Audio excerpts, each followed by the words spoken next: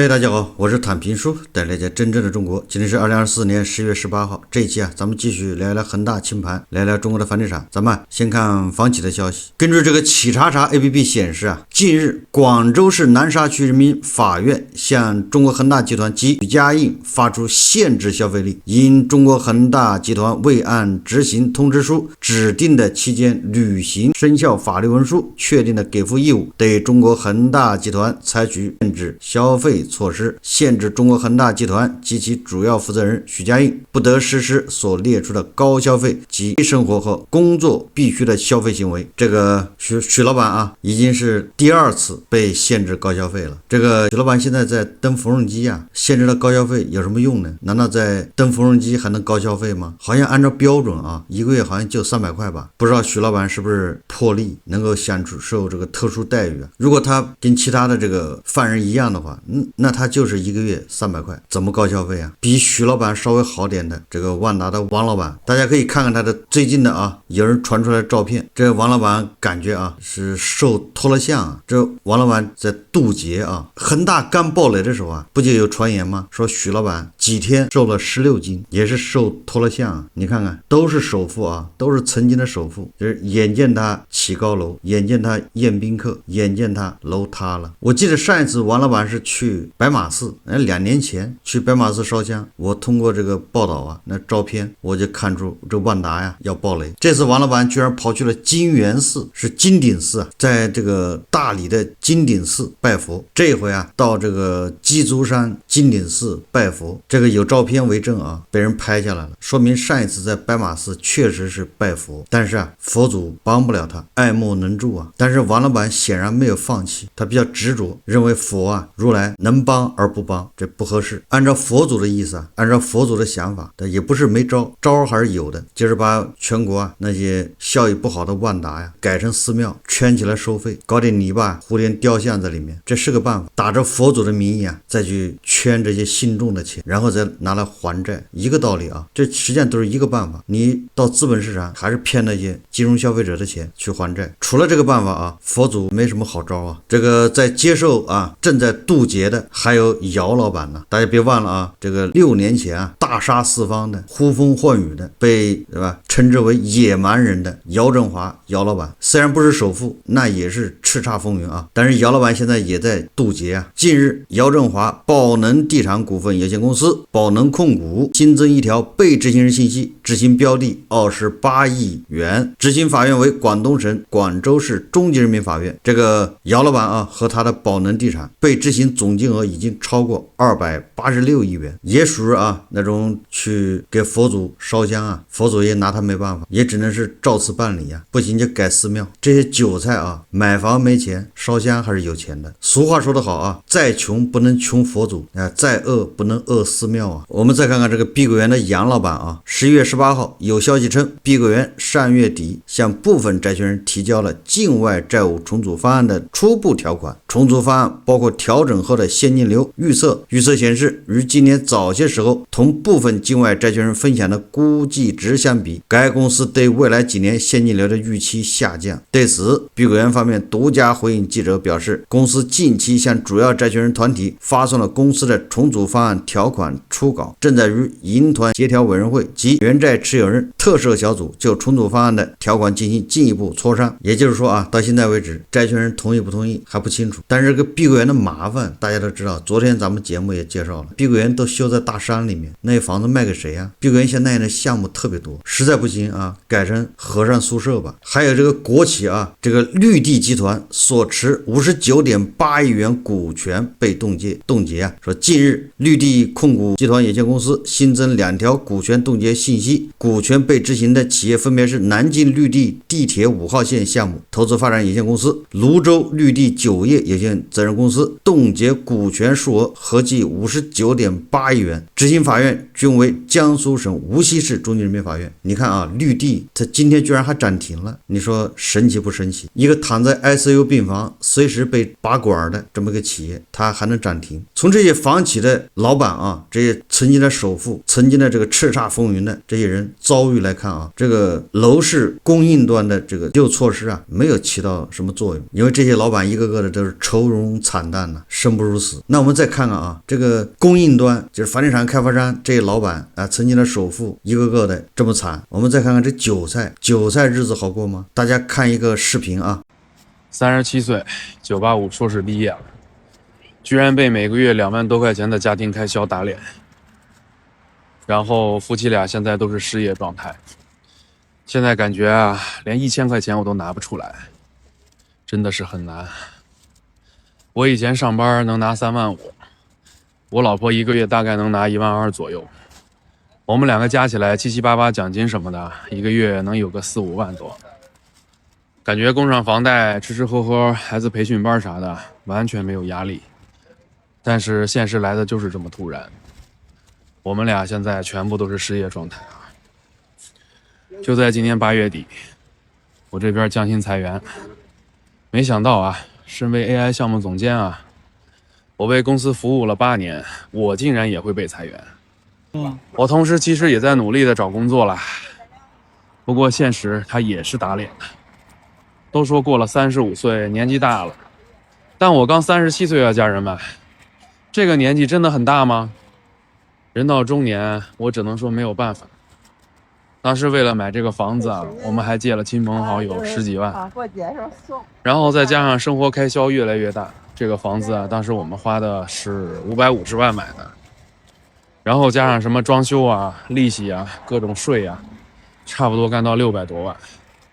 但这个房子啊，它现在这个市值啊，可能也就400多万，都卖不出去。这个视频啊，说的是一个985还是一个大学生啊，硕士毕业，人到中年，遭遇失业。像这样的例子啊，恐怕数不胜数啊。他们每个人都是缩小版的王老板。经济好的时候，他们是人中龙凤啊，也是村里面的骄傲，对吧？现在楼市一低迷，一个个的都负债，再找不到工作啊，那房子就被法院拍卖，还得背一屁股债啊。野叔那种烧香都没用啊，佛祖也帮不了他呀。大家都知道啊，这个美国的大统领啊，特朗普要一上台，这个贸易战也要开启，贸易的大棒啊也要抡过来，还有其他未知的大棒啊，对吧？特朗普风暴，这个通常的贸易战和制裁，这样对婆罗门的影响不会太大，实际上直接冲击的啊都是韭菜底层人。你说说这个美帝啊对朝鲜的制裁，对古巴，对吧？对那个神棍国家那制裁，可以到无以复加的地步啊。但是你影响那个哈梅内伊了吗？影响司令官了吗？司令官照样做迈巴赫，对吧？对婆罗门啊那都不叫事，他可以派专机到海外去采购新鲜的鲍鱼、鱼子酱，然后回来吃。但是你韭菜有什么办法呢？韭菜面临着失业，等着失业吧。然后啊，这个因为经济制裁，对吧？或者因为这个贸易战，这个经济就不太好，民怨沸腾，然后社会暴力事件就会增加，对吧？这个群体事件就会多，大家都觉得不满，然后把这不满的情绪稍加引导，那就一切责任在美帝，对吧？都是美帝惹的祸。这样民族主义还可以抬头。反而有利于婆罗门的这个树立权威，加强婆罗门的统治。你看看，这叫一鱼两吃。这个以后贸易战啊，谁对谁错先放一边，但是受冲击的都是韭菜，因为韭菜抗风险能力是最差。会有更多的韭菜啊，就像那个视频里面的985的研究生一样，失业找不到工作，按揭贷款还不起，焦虑怎么办，对吧？这是买了房的韭菜啊，这么惨；没买房的韭菜坚决不买。你坚决不买，那王老板、这姚老板、许老板，这就日子就难过，佛祖都帮不了他。今天啊，上海出了一个政策啊，我看大家都在讨论呢，就是财联社11月18日电，经上海市政府同意，上海市住房城乡建设管理委啊，就是4部门联合印发关于取消普通住房标准有关事项的通知。当然，一是明确取消普通住房和非普通住房标准，二是明确取消标准后相关个人住房交易税事项。就我看了一下，他这个政策跟咱们老是说的那个韭菜刚需好像影响不大呀，它这更多的是对那些豪宅，对吧？有影响，什么140平米以上、140平米以下，韭菜啊，刚需房一般的都是锁定在90平米以下，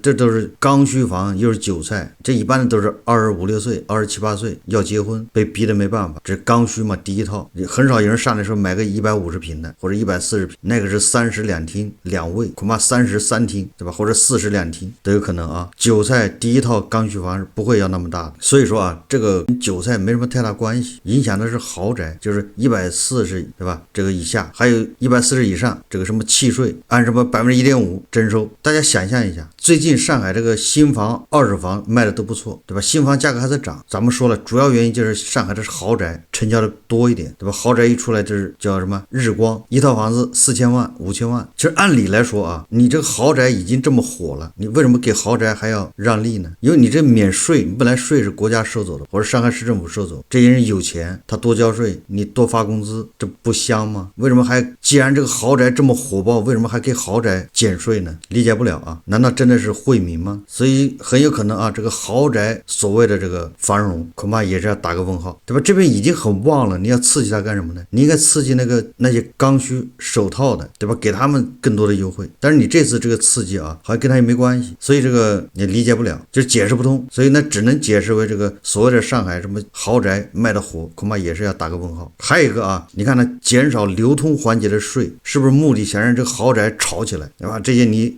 去年啊顶着烈日，对吧，去排队摇号买到的豪宅，明年可以卖了，是不是让它这样炒起来？因为中间的税费少了。但是不管它炒不炒，它怎么折腾，跟韭菜没关系，那玩意儿都是有钱人玩的。有人就说了啊，这个豪宅价格一涨，那你普通的住宅价格也会涨，带动它。我觉得这个没那么简单，对吧？豪宅玩击鼓传花也有啊鼓点停的时候，对吧？你就看它传吧。对炒房的人来说啊，对吧？对这些中介来说，你出政策是利好，不出政策也是利好，随便，对吧？你利息涨是利好，利息降更是利好。根据这个上海易居房地产研究院副院长严跃进的分析啊，也就是他是专家呀，他说啊，以上海为例，取消普通住宅和非普通住宅标准后啊，与其挂钩的两个税都会有所调整，主要是增值税和契税的调整。举例来说，对于认购1000万元总价的住房来说，新政前契税最高需30万，新政后最低可为10万元，即直接减少20万。这是专家算的啊。但是我想啊，你在上海你买1000万的房子的这种刚需，你掏1000万买房是吗？这普通韭菜你有这么多钱吗？首付15%那得150万，那你按揭的多少啊？一个月3万4万。刚才那个985啊硕士，他跟他媳妇俩买的房子才600万，两个人供都吃力。你供一个1000万的房子，那你是什么工作啊？你这月薪得7、8万以上啊。所以我说啊，这出台的这个政策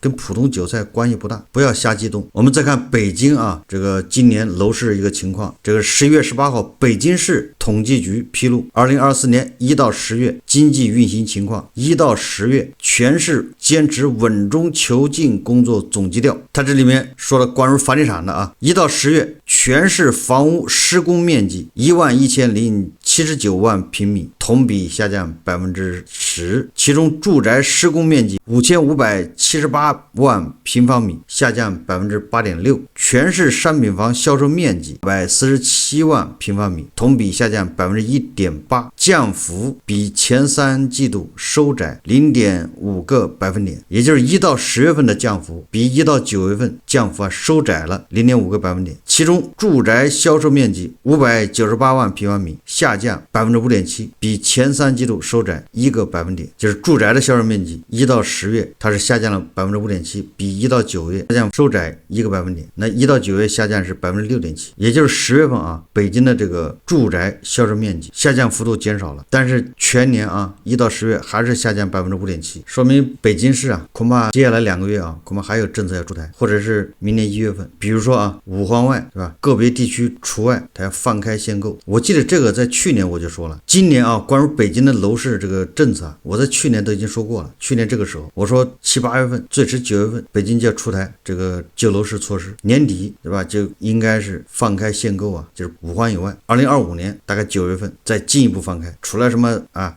东城西城，其他地方恐怕都要放开限购。这个大家可以看啊，因为什么呢？很简单，就是北京它也缺钱，地主家也没有余粮，都缺钱，都要化债，都要卖地。你现在趁北京还能卖得动，还是北京统计局的数字啊，1到10月北京餐饮收入1057亿元，同比下降5.2%。10月份啊单月北京餐饮收入104亿元，同比下降6.6%。你看看，这就是明显的啊，就消费已经下降了，连吃饭对不对？这个都已经10 10月啊还下降6.6%，这什么概念？宝马这个第一个啊5S店叫新德宝都关门了，就在北京。北京的餐饮你看下降这么厉害，说明什么？北京的中产多，跟上海一样啊，因为它的中产多是因为房价高，你只要有套房，你就是中产，对吧？你的身价是几百万，但是他缺钱呢，就是你有资产，但是没有现金流，就你工作差或者没工作，你就没有收入，没有收入你还吃什么，对吧？所以说人人啊，你看着都是百万富翁，都很有钱，你要看他账面资产，那很厉害的，但是他没有现金，因为他要么就是失业，要么就是降薪，有工作的也担心明年就没工作了，所以都在勒紧裤腰带，对吧？这就会导致消费下降，消费降级，对吧？所以在这种行情下，他不解除限购，他不救楼市，他不卖地，他怎么办？这个比那些3线、4线城市啊，什么省会城市强得多了，因为他卖地，他还能卖得出去。那其他地方他卖地都已经卖不出去了，所以说他这个年底，对吧？1月份或者是1月份又要放开这个限购啊，要松绑，到明年9月份继续松绑。